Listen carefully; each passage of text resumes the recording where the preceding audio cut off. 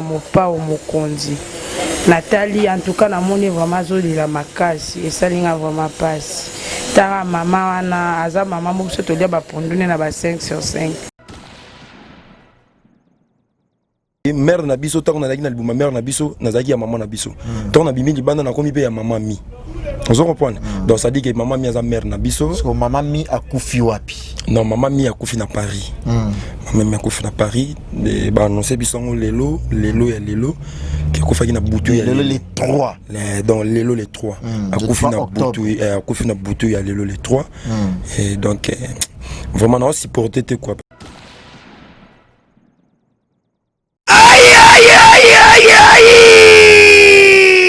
Ndeko ya Congo tala agence ya voyage pe immobilier oyo ezali na assurance ya kitoko yango yo agence Orso Traveling ezali na ba service mibale ya liboso service ya voyage oyo soki okoti okokuta bazali koteka ba billet ya voyage nyonso pe lisusu bazali kosalisa bato assurance awa joli kitoko na ndenge ya defwa te tuna ngai nini assistance ya visa awa nde bosolo ezali po bakolandela o joli kitoko ti okozwa visa na yo pe osombi billet na yo oke pepele mobimba ti na destination za kokindi. Salut fidèles internautes, nous sommes clébois.com, la chaîne d'actualité et d'information, ensemble avec les vôtres Bakali, prince l'espoir de la presse. Nous sommes tristes parce que l'artiste et musicien Koffi Olomide, patron du quartier latin international, a perdu sa mère biologique, raison pour laquelle nous compatissons, nous clébois.com, ainsi que la presse. Toute la presse en ligne compatit aussi ensemble avec l'artiste et musicien Koffi Olomide, qui est légende de la musique congolaise, pourquoi pas la musique africaine aussi également, raison pour laquelle nous, Clébois, personnellement, nous sommes descendus pour vous donner l'information précise concernant cette illustre disparue. Et je vais recevoir aussi l'artiste musicien qui évolue bel et bien à côté de l'artiste musicien Koffi Olomide. Il est au sein du groupe Quartier Latin International. Il va aussi nous expliciter concernant la disparition de cette grande dame, notre maman aussi qui nous a laissé. Encore une fois de plus, paix à son âme. Merci à toi de la nation Tonton Manda Pichumanga Boss Lady. Merci Amporo Herman, Garçon Slim. Merci à toi et merci infiniment Yaouli Moucheni Kodamboka, merci champion Adona Katala Rochelle, merci à toi ya Gauthier Mascotte, ya Tim Skabengele ya Baleki, merci les vieux Chacha, Richard Moutombo, bon séjour à Kinshasa. Fidèles internautes, ça pour autant monopoliser la parole, je suis bel et bien avec l'artiste musicien, c'est un animateur qui évolue bel et bien à côté de Koffi Olomide Kwada Koraman. Courage, mes très sincères condoléances à toi Koffi Olomide. Je suis avec cet artiste musicien sur le plateau à qui je les salue. Bonjour Kent Soldat. Ouais, bonjour Prince Bakali. Mes très sincères condoléances. Hein. Ouais, merci vraiment. Ezaka ya biso tezape ya binonyo soza ya Congo mobimba za mboka parce que biso ba musicien ba journaliste ou à la partenariat ou à la ouais. Bon, ils ont pika ba musicien te ba journaliste te. Ils ont tout le monde au azaka la mawa. Moni koku fait la maman. Tout papa, ils ont leur mot il y a pas jeté quoi. Vous comprenez.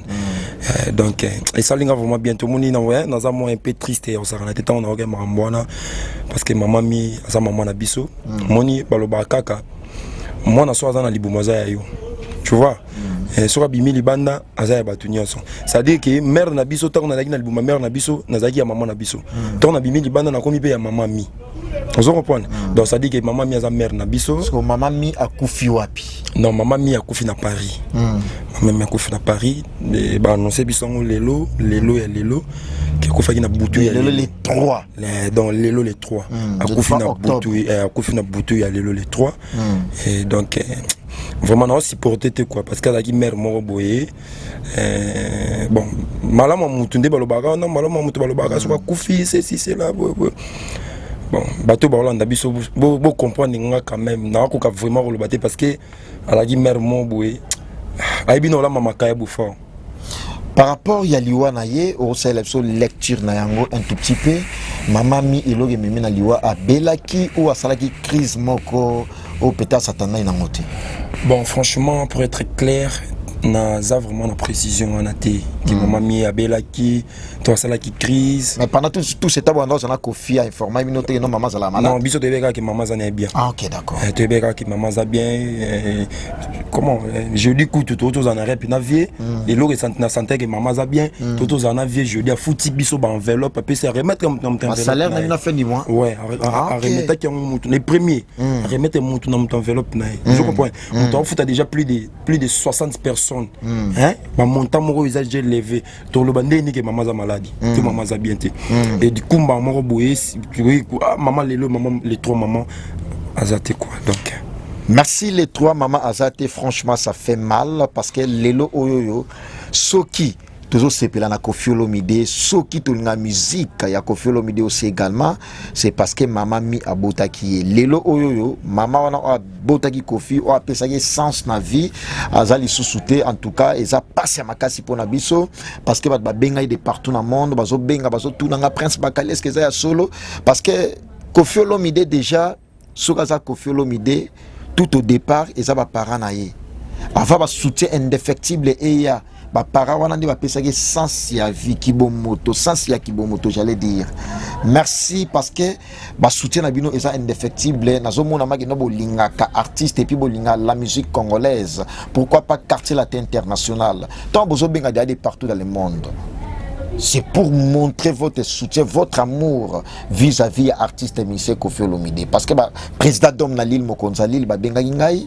ba Marie-Hélène la patronne ya MHLMB Restaurant Shop du Nouveau à Kinshasa, dans le croisement des avenues Sunzi.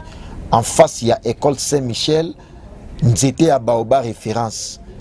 MHLMB Resto Shop, dans le à Kinshasa, Marie-Hélène, grand prêtre mère. En face, il y a Saint-Michel, la Banda Luana. De ce comique à Saint-Michel, en face ya Nzete à Baoba au monde restaurant ya kitoko ezawana ya Marie-Hélène en tout cas a bengai pe pour qui a présenté ba condoléances nae na Koffi Olomide ba ya coacher mascotte kutu baso lela ya osakana te ba ya coacher mascotte baso lela parce que Koffi aza na moralité à autre père de maman nae. Alors quel soldat comme je suis avec toi baso talo partout dans le monde na minitso bato balingaka quartier latin international biso clebois.com toza a pour que to meka un peu ko laksa batu koma mamango zo le kana ndenge ya kin na lobai il faut na ya mapé musicien les des musiciens à quartier latin international mais tant qu'animateur musicien aller là na loyembo tout ça peut-être na besoin de monde ba larme na yo mais loyembo wana o sala e go le kana ndenge ya rolele la mama surtout oyo kayo état artiste musicien malgré non kokate mais ils sont obligés za boulot na ngai voilà il faut na yana improviser mo leur mo pour na mère très bien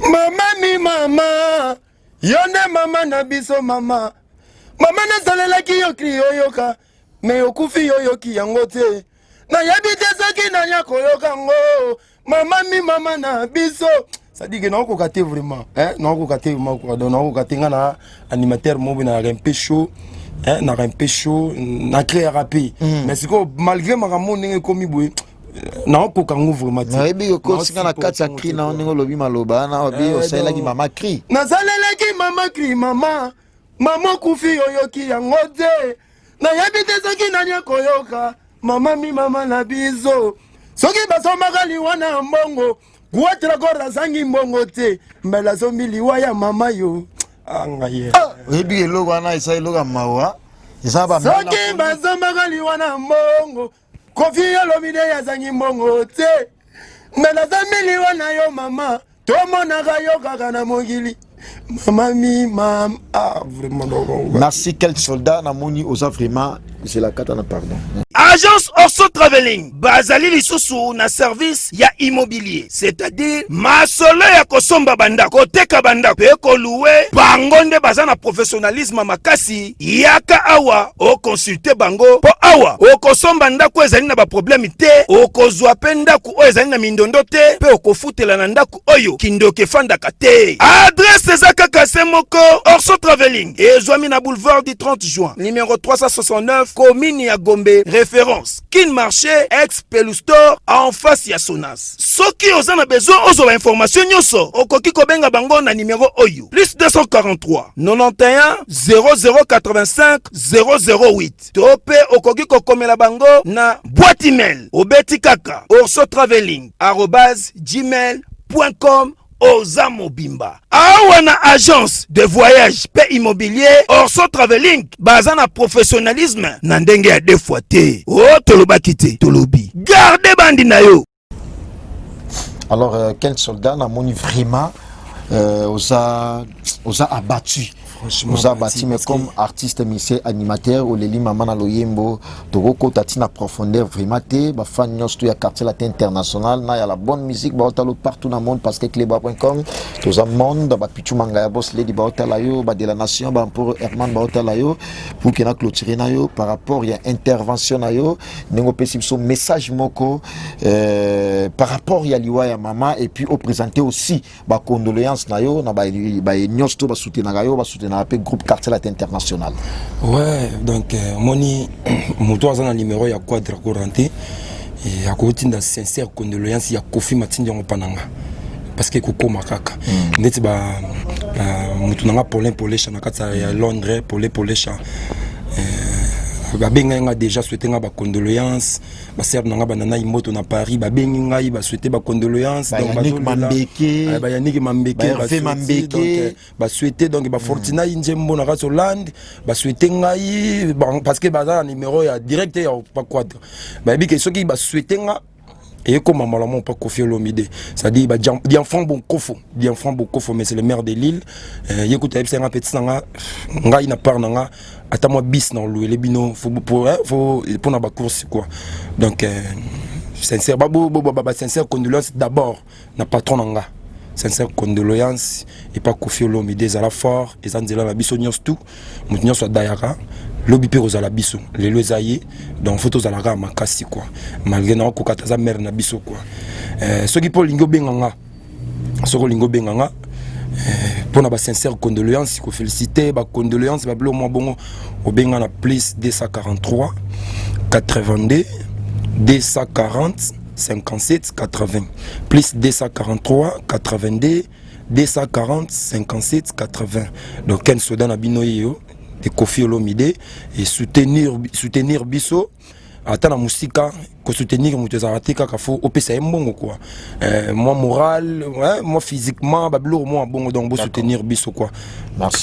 Merci quel soldat, merci fidèles internautes, je suis là, je l'avais reçu, il s'appelle quel soldat, l'artiste musicien qui évolue bel et bien au sein du groupe Quartier Latin International, l'orchestre cher à Kofi Olomide Kwadakoraman, nous clebois.com, nous sommes là pour compatir ensemble avec l'artiste, cette icône de la musique congolaise, pourquoi pas la musique africaine qui est Kofi Olomide. Mais la série continue toujours parce que chacun va donner aussi son impression par rapport à disparition, il y a Maman Mi, Maman Ortotika Biso, Maman Mi aux références, c'est ça, Makaya Boussora Salango, Sentiment Mungwate, quoi.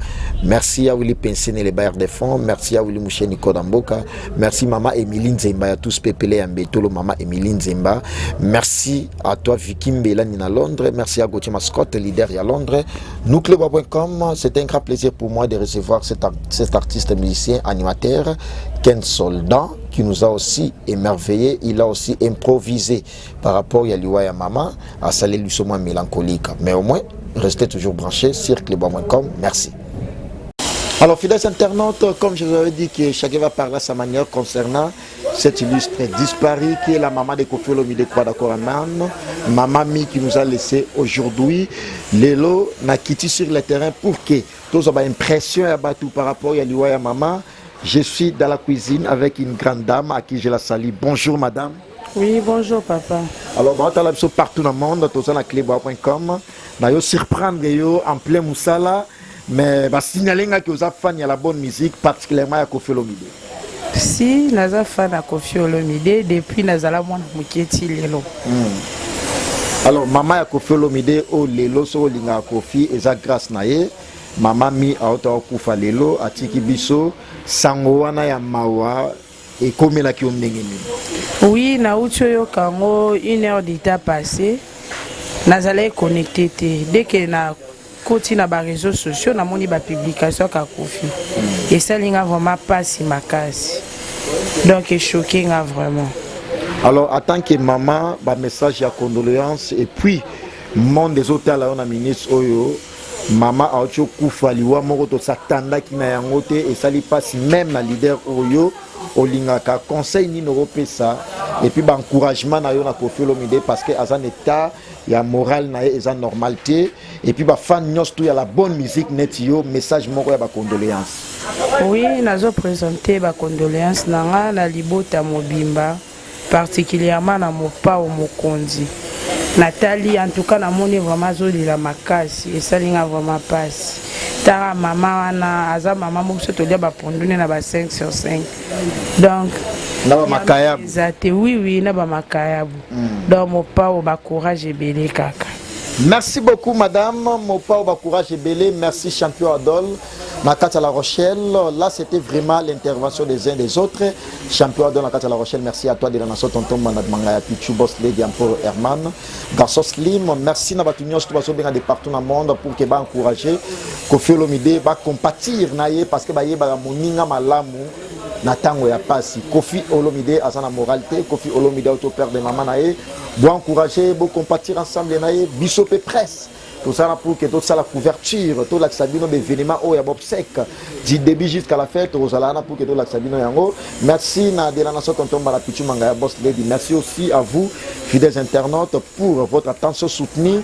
Je vous retrouve au prochain numéro avec le même plaisir. Au revoir, bye bye. Aïe aïe aïe aïe aïe.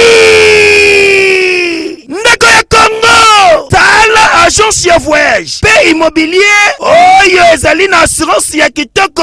Yango yo. Agence Orso Traveling. Ezali na ba service mibale. Ya liboso. Service ya voyage. Oyo soki okoti. Okokuta bazali koteka ba billet ya voyage nyonso. Pe lisusu bazali kosalisa bato assurance awa. Joli kitoko na ndenge ya defoite. Tuna ngai nini? Assistance ya visa awa ndebo solo ezali po bakolandela o joli kitoko. Ti okozwa visa na yo pe osombi billet na yo oke pepele mobimba ti na destination za kokende. Agence Orso Traveling bazali lisusu na service ya immobilier, c'est-à-dire masolo ya kosomba banda koteka banda pe koluwe bango nde baza na professionnalisme makasi yaka awa o consulter bango po awa o kosomba ndako ezali na ba problème te okozwa pe ndako o ezali na mindondo te pe okofutela na ndako oyo kindoke fandaka te. Adresse ezaka kase moko Orso Traveling ezwami na boulevard du 30 juin numéro 369 commune ya Gombe, référence Kin Marché ex Pelustor en face ya Sonas. Soki oza na besoin ozo information nyoso okoki kobenga bango na numéro oyo plus 243 91 0085 008 tope okoki kokomela bango na boîte email obeti kaka orsotraveling@gmail.com. Oza mobimba awa na agence de voyage pe immobilier Orso Traveling baza na professionnalisme na ndenge ya deux fois te. O tolobaki te tolobi garde bandi na yo.